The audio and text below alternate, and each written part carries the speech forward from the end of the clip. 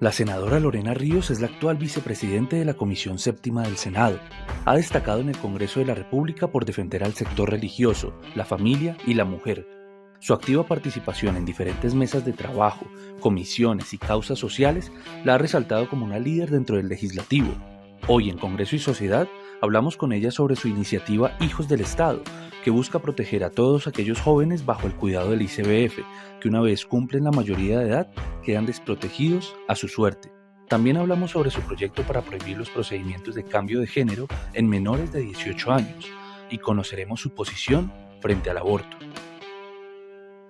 Amables televidentes, bienvenidos a Congreso y Sociedad, programa institucional de la Secretaría General del Senado de la República. Hoy nos acompaña la senadora Lorena Ríos. Senadora, bienvenida a Congreso y Sociedad nuevamente. Un abrazo, Sebastián. Muy feliz de estar de nuevo en Congreso y Sociedad. Bueno, senadora, vamos a empezar a hablar por las últimas radicaciones que usted ha hecho, los últimos proyectos de ley que han generado debate a nivel nacional. Vamos a empezar con el proyecto de ley de Con los niños no te metas.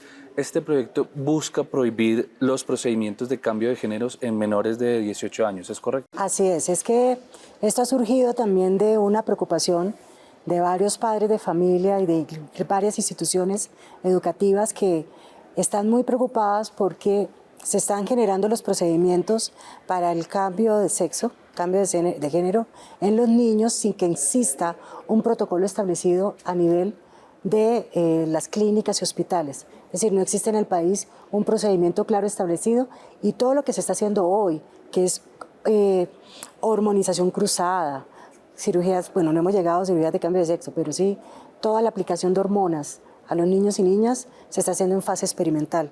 Y es un riesgo para los niños y las niñas que están en sus cuerpos en etapa de crecimiento, este tipo de impacto que trae secuelas y consecuencias secundarias. Y entonces el proyecto de ley puntualmente, ¿qué propone? ¿Hace marcar como un marco regulatorio de cómo se deben hacer esos procedimientos, prohibirlos definitivamente? Es que lo que no está prohibido está permitido. En Colombia no está regulado. Necesitamos que se prohíba hasta tanto podamos construir y se construya por parte, en este caso el MinSalud y toda la línea médica, se construyan los protocolos que den tranquilidad a que estos niños y niñas crezcan con tranquilidad y que también las redes de apoyo, los equipos interdisciplinares cumplan la finalidad que deben cumplir frente a este tipo de trastornos. ¿Y cómo se ha dado la discusión para presentar este proyecto de ley? ¿Quiénes están detrás, aparte de que es iniciativa suya? ¿Con quién se ha socializado este proyecto de ley? Con organizaciones de psicólogos, también padres de familia. Vamos a tener una audiencia pública donde vamos a escuchar a varios miembros de las organizaciones y de la sociedad civil, también los puntos de vista frente a la conveniencia y también el seguimiento a este proyecto de ley. Bueno, senadora, ya pasando a otro tema, hay un tema que particularmente me llamó la atención y es este proyecto de ley que busca que se dé esta situación en la que los niños que salen del ICBF queden en riesgo, ¿no?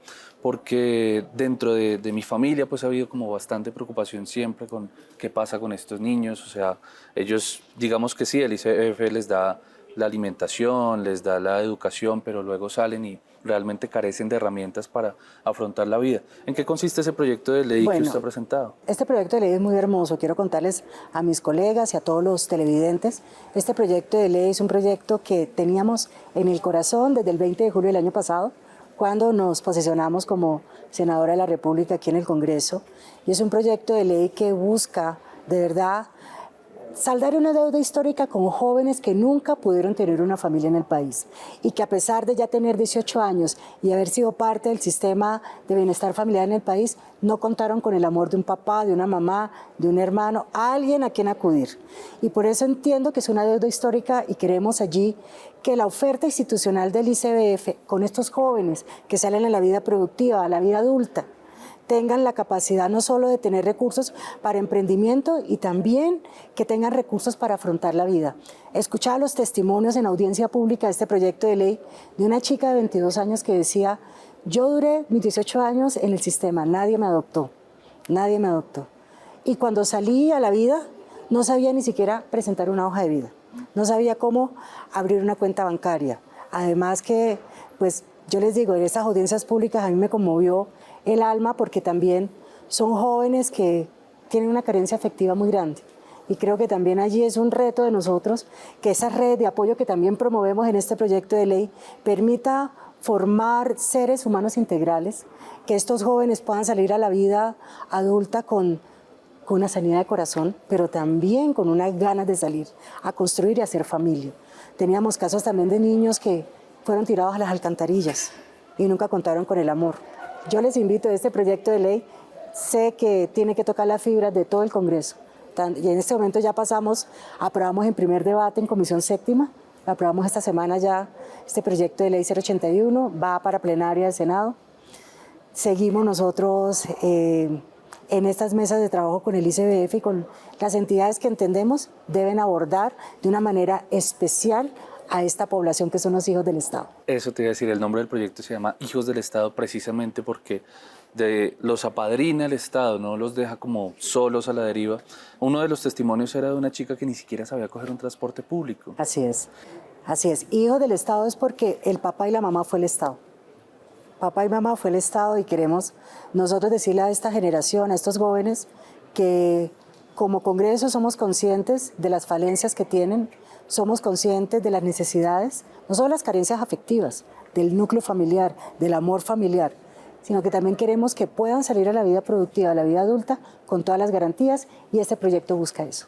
Senadora, y también estos hijos del Estado nuevos podrían de alguna forma integrar la planta de trabajo del Estado, es decir, empezar en proyectos productivos con el SENA, trabajar en el mismo ICBF, pues porque tienen la experiencia de haber vivido allí. Pues mira, es curioso porque quienes más nos apoyaron fueron organizaciones que están conformadas por egresados del sistema, que ese es el término de los hijos del Estado. Estos jóvenes, ellos se han asociado y están también planteando al ICBF una reestructura. Bueno, están planteando, sacando a la luz la problemática que implica que esta temática se aborde de una manera transversal y de una manera integral por parte del Instituto Colombiano de Bienestar Familiar. Buscamos que se logre, y buscamos también que podamos como Congreso saldar esa deuda que tenemos con esta generación. Bueno, senadora, y cambiando ya a otro tema, hay una propuesta interesante, pero yo quiero que profundicemos, y es la de salud mental en entornos especiales. Se ha hablado mucho de que si bien es interesante procurar por la salud mental en entornos carcelarios o en entornos educativos, pues hay otra gente que le ha generado como cierto ruido eso de que haya una atención a salud mental en los centros de reclusión y que no sea tan fácil acceder a la salud mental en la sociedad en general. Entonces, este proyecto puntualmente, ¿qué busca y cómo busca de alguna forma resocializar a estas personas que están pues pagando sus condenas? Bueno, este proyecto de ley es de autoría, yo soy la coordinadora ponente, soy una de las coautoras, pero es de autoría de Gustavo Moreno, también el senador es Gustavo Moreno, Pedro Flores y Quique Cabrales. O sea, este proyecto de ley es la suma de 3 iniciativas que logramos en la Comisión Séptima unir para fortalecer toda la política de atención integral en salud mental en Colombia. ¿Por qué los entornos especiales, los entes educativos y las cárceles? Bueno, en las cárceles porque desafortunadamente, es parte también de esa responsabilidad que tenemos nosotros con las personas privadas de la libertad, que puedan tener una atención integral a todo lo que están viviendo, aparte de estar privados de la libertad. Y también entendemos que no simplemente es tener una terapia, aquí implica todo un proceso integral de atención psicosocial e incluso el proyecto de ley plantea para aquellos que lo requieran la atención psicoespiritual. Entonces va a ser muy importante también allí ayudar a todos a los privados de la libertad que puedan por lo menos tener una respuesta en las mismas circunstancias, no solo el encierro, sino también efectos colaterales que implica no poder tener una tranquilidad mental, emocional, y que también les permita poder abordar todo el cumplimiento de la pena, pero que cuando salgan a la vida, cuando se reintegren a la comunidad, a la sociedad, incluso al círculo familiar, puedan estar sanos. Eso es lo que buscamos nosotros. Puedan tener tranquilidad de alma, de cuerpo, de espíritu y también como personas que se sientan tranquilos y que también la tendencia a los suicidios o otro tipo de acciones se reduzcan con este tipo de acompañamientos, que es lo que promovemos con el proyecto de ley. Senadora, y aparte aquí lo que se brindaría es que el Estado garantice esa atención psicosocial, pero también la psicoespiritual, que es opcional, que es optativa, ¿la garantizaría el Estado o cómo funciona? Es que ya está previsto en la ley. Ya está previsto. En la ley colombiana ya está previsto que los reclusos tienen el derecho, por el ejercicio de la libertad religiosa y de cultos, de tener acompañamiento espiritual conforme a su línea religiosa. Ya la norma, el marco normativo está, el IMPEC y también el Minjusticia tienen claro el proceso. Entonces aquí es articular y engranar ya elementos que están previstos en el marco legal, pero que apuntan a que podamos ayudar a la persona en su salud mental. Allí todo va encaminado a que el colombiano privado de la libertad pueda tener una tranquilidad, pueda también entender que el suicidio y otro tipo de aspectos no son la solución a muchas veces la situación interna que está viviendo. Senadora, usted acá destaca porque está presente en varias comisiones, usted es de las personas que está trabajando constantemente, integrando comisiones, integrando equipos de trabajo, y hay algo que me llama la atención y es la lucha que usted ha dado para, digamos, evitar que haya hambre en el país. ¿Cómo ha sido esa lucha contra el hambre desde el Congreso de la República? Bueno, ha sido una experiencia muy especial. Cuando empecé a ser parte de la Comisión Accidental de lucha contra el hambre, empezamos a articular a las organizaciones que trabajan con los temas agrícolas, con los temas alimentarios, con el derecho humano a la alimentación, también a las entidades del Estado, la cooperación internacional, Estado, la FAO, Embajada nos han acompañado. Y en ese ejercicio empezamos a entender que hay un frente parlamentario que ya viene en el Congreso hace 15 años, que esos ejercicios, yendo en bloque, permite que se aborden los proyectos de ley de una manera estratégica, que logremos que se aprueben y que también busquemos soluciones reales e integrales frente a la lucha contra el hambre. Y eso implica ¿qué? Programas de alimentación escolar. Eso implica ¿qué? Implica también que nosotros entendamos qué es la agroecología y cómo la podemos volver realidad. Eso implica que las políticas públicas frente al derecho a la alimentación sean coherentes.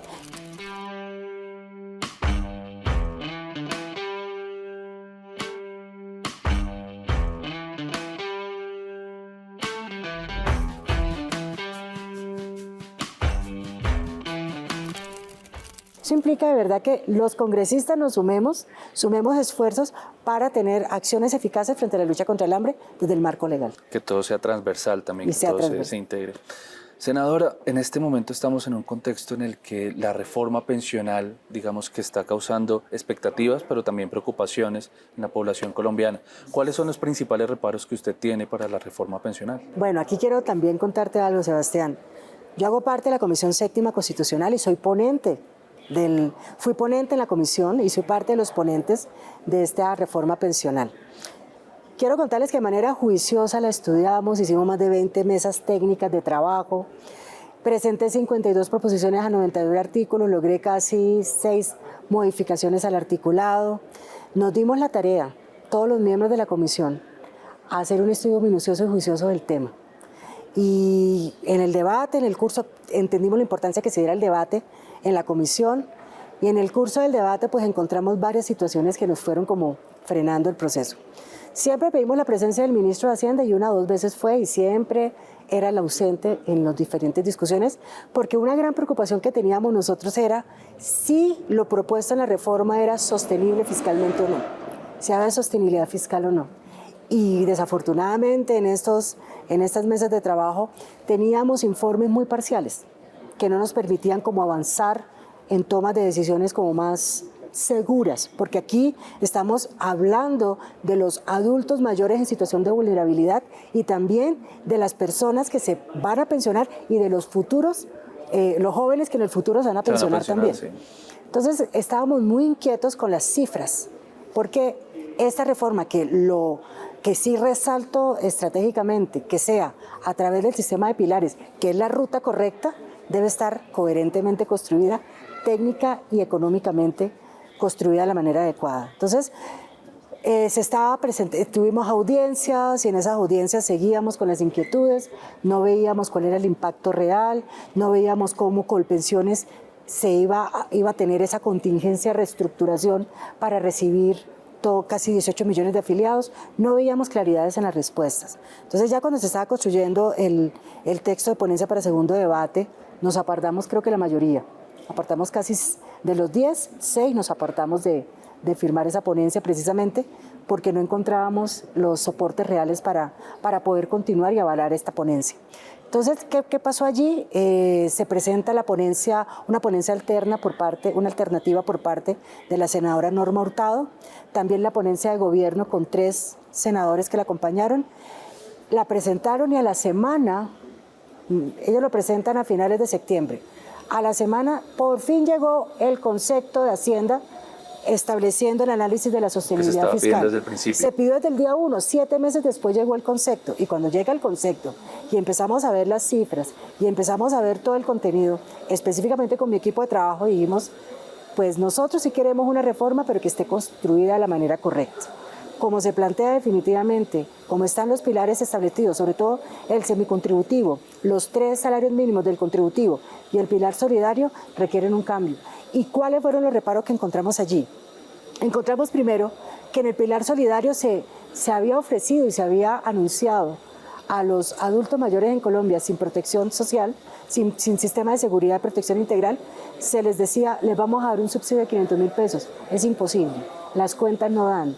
Máximo serán 160.000 a 220.000 pesos lo que se pueda entregar. Entonces empezamos a ver, hay una incoherencia entre lo dicho y el texto propuesto y las condiciones técnicas, legales y económicas del proyecto. En segundo lugar, en el régimen semicontributivo se establece que se va a entregar una renta vitalicia entre aquellos que no alcanzaron a cotizar 1.000 semanas y cotizan entre 300 y 999 semanas, que van a tener una renta vitalicia que irían entre 70.000 pesos a 220.000 pesos, por debajo de la línea de pobreza monetaria extrema. Entonces, cuando vemos eso, decimos, eso desincentiva a la gente a ahorrar y también a presentar sus aportes, porque si yo voy a estar 990 semanas aportando y me van a dar 220.000 pesos y recibo un subsidio por 230, pues prefiero quedarme quieto, y eso también afecta estructuralmente al sistema. Por eso entiendo y presenté una ponencia negativa, son 18 argumentos. También me basé en un estudio de legislación comparada de 32 países y 9 países que lograron, con el sistema de pilares, sistemas robustos de ahorro, de acompañamiento, incluso que superan el PIB, no que es un déficit del PIB, porque el informe que nos dio el Ministerio de Hacienda establece que hizo una proyección al año 2100, y ahí establecen que el déficit fiscal va a ser del 158% superior al PIB. O sea, eso es lo que me explican, y cuando mirábamos las finanzas decíamos, es que es inviable. Sí, entonces, sencillamente los números no dan. No dan, los números no dan. Entonces no es un tema, me han dicho es que usted va en contra del gobierno, es que tal que yo. No, pues yo he acompañado muchos temas y este tema social lo acompaño. Y hay que hacer una reforma pensional, pero bien hecha. Y allí, pues vamos a vernos en plenaria presentando mi ponencia negativa con solicitud de archivo, que podamos de verdad construir una reforma pensional que sirva para el país, que pensione a los colombianos, que atienda a los adultos mayores en condición de vulnerabilidad, pero sobre todo que sea sostenible y responsable fiscalmente. Pues un tema muy complejo y las discusiones son ya muy próximas, ¿no? No sé, estamos en esa espera, Sebastián. Yo he planteado de verdad con mucho respeto, lo he planteado con mucha responsabilidad y seriedad. Aquí no es un tema de que soy de un lado o el otro, no es un tema ni siquiera ideológico, es un tema de responsabilidad con el país, y es un tema también de responsabilidad con todos los adultos mayores en situación de vulnerabilidad. Si en verdad queremos dar un acompañamiento, un subsidio, no requerimos ni siquiera esta reforma. Modificamos todo el sistema del programa adulto mayor y focalizamos y damos un acompañamiento a los adultos mayores, pero eso no requeriría una reforma pensional. Entonces, creo que aquí sí nos toca analizar con mucho cuidado qué queremos hacer frente a la reforma, y creo que en la plenaria en pleno vamos a tener también una responsabilidad de construir y de consolidar una reforma pensional que sí le sirva al país. Sí, lo importante es que aquí la gente mayor finalmente pues tenga acceso, porque lo que se está resolviendo aquí es la problemática de muchas personas que están casi en condición de calle, y al ser personas mayores pues realmente no pueden resolver. Eso fue lo que me enamoró del proyecto, Sebastián, cuando íbamos a acompañar a los adultos mayores que están en condición de vulnerabilidad, pero cuando ya vemos el contenido del proyecto, vemos que dista mucho de lo que nos motivó a estar a lo que realmente establece el sistema de pilares como se concibe. Hay que aterrizarlo a números concretos. No, hay una reestructuración del sistema de pilares. Y si en verdad vamos a acompañar específicamente a la población adulto mayor en situación de vulnerabilidad, no era ni siquiera necesario la reforma, era reestructurar el programa de Colombia Mayor. Entonces, por eso creo que sí nos tenemos que tomar con mucha responsabilidad. Yo voy a hacer mi presentación de mis argumentos dentro de plenaria. Sé que las ponencias negativas nunca pasan. Yo hago todo mi ejercicio responsable porque hice un estudio responsable y creo que también servirá de insumo para lo que logremos construir como plenaria y como Senado de la República en este proyecto. Bueno, senadora, nos va quedando poco tiempo y sus temas son bastantes y variados.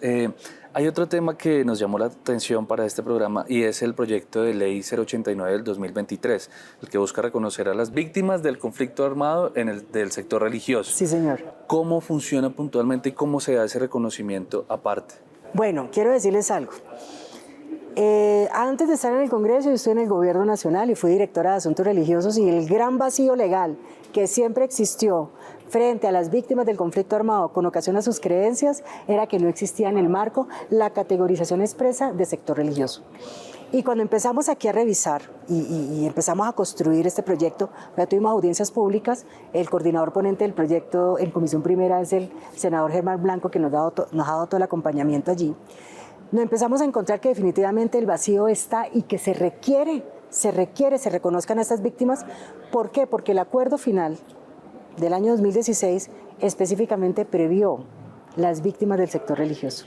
Es decir, nosotros no estábamos creando algo que se ha traído de los cabellos, estamos tomando las normas que ya previeron, tomando ya los elementos jurídicos que ya se previeron en el país para reconocer a estas víctimas, que han sido muchas y han estado invisibilizadas por años en Colombia. Las comunidades religiosas están en escenarios en el país donde no llega ni siquiera la oferta institucional. Los líderes religiosos han sido carne de cañón en estos procesos. Las comunidades religiosas han sido víctimas de los procesos y no había un reconocimiento de ellas porque no estaban previstas en el marco legal. Este proyecto de ley busca generar esa categorización, cumpliendo también esas normas, cumplimiento de los acuerdos también, que queden allí reconocidas y que nos permitan también todo el acompañamiento psicoespiritual frente a estas víctimas con ocasión del conflicto armado. En temas de números, pasando al número que es un poco frío, pero en temas de números, ¿de cuántas personas estamos? No, es que eso es lo triste, Sebastián. Ni el Centro de Memoria Histórica tiene claro, nunca se hizo, es que ni siquiera fueron un capítulo de estudio, ni siquiera fue una población objeto de estudio. Eso es de verdad, es resarcir una deuda histórica que se tiene con este sector, que es determinante para el país porque es el que ha venido acompañando toda la problemática social y reconstrucción del tejido social en el país. Senadora, por último, me gustaría que habláramos de la Comisión Legal de Infancia y Adolescencia. ¿Cómo va este proyecto? ¿Para cuándo se podría crear? ¿Hay voluntad política dentro del Congreso para que se cree esta comisión? Bueno, ¿qué hicimos nosotros estratégicamente? Somos más de 15 senadores y en total como 30 congresistas entre Senado y Cámara. En Cámara estaba funcionando una comisión, estaba creando o se estableció una comisión accidental, en Senado también.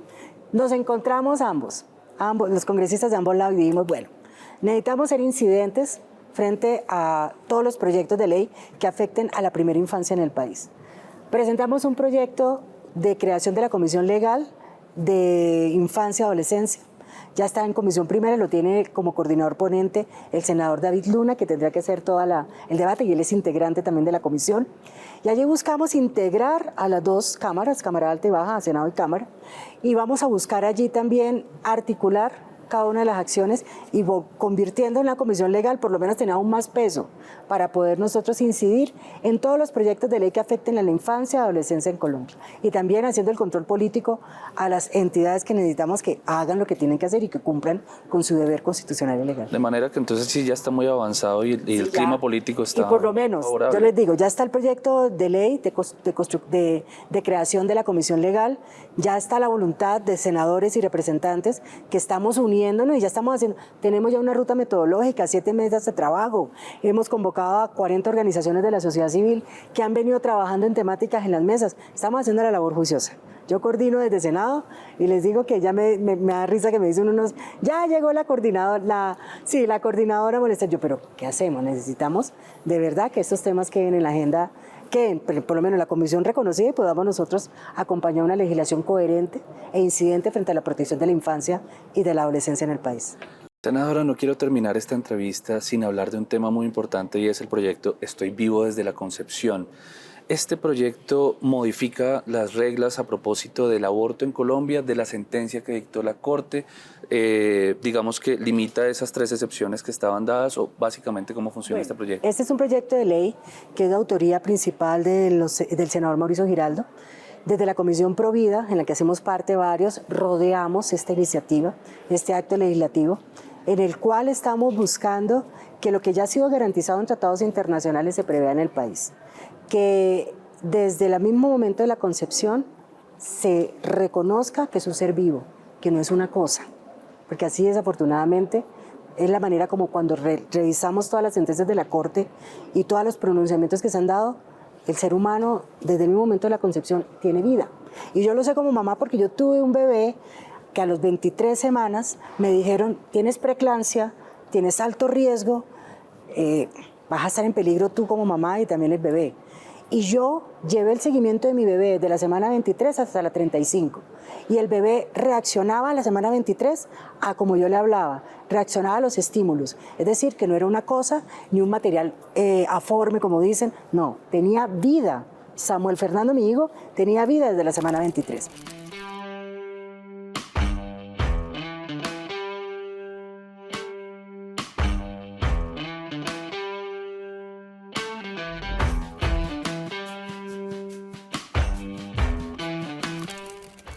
Por eso también peleo muchísimo y estoy rodeando y acompañando que se reconozca en Colombia que desde la concepción hay vida y que se tiene que proteger la vida desde que se concibe y pues sentencias de la Corte estarán allí, hay unas sentencias con sus excepciones, pero las excepciones no pueden ser superiores a la regla general. La regla general es que la vida está desde la concepción. Eso quiere decir que de aprobarse este proyecto de la bancada Provida, se eliminarían estas 3 excepciones que hay, para dejarlo bien claro. No, yo creo que empieza, desde que se reconozca allí, ya empieza toda la armonización constitucional. Ya será otra dinámica, pero creo que si nosotros estamos en mora. Perú, hace un mes, el Congreso de Perú reconoció que la vida inicia legalmente desde un proyecto de ley, la vida inicia legalmente desde la concepción. Es decir, nosotros estamos pidiendo algo loco ni planteando algo loco. Es algo que ha estado siempre, pero que no quedaba en la norma. Entonces, esa ausencia de la norma ha hecho que la jurisprudencia sea la que haya estado estableciendo ciertas temáticas en las ponderaciones de derechos. Bueno, senadora, pues se nos agotó el tiempo. Muchísimas gracias por su presencia aquí en Congreso y Sociedad. ¿Dónde puede seguir la gente su trabajo y sus iniciativas? No, gracias, Sebastián. Siempre te recuerdo mucho por tu papá y gracias también por Congreso y Sociedad traer a la agenda los temas claves para el país y bueno, esperar que en la próxima también esté invitada y contarles también cómo avanzamos y que Dios bendiga mucho todo lo que están haciendo. Claro que sí, aquí siempre tiene las puertas abiertas. Y a ustedes, amables televidentes, los invitamos a contactarnos a través de nuestras redes sociales. Los esperamos aquí en Congreso y Sociedad en una próxima oportunidad.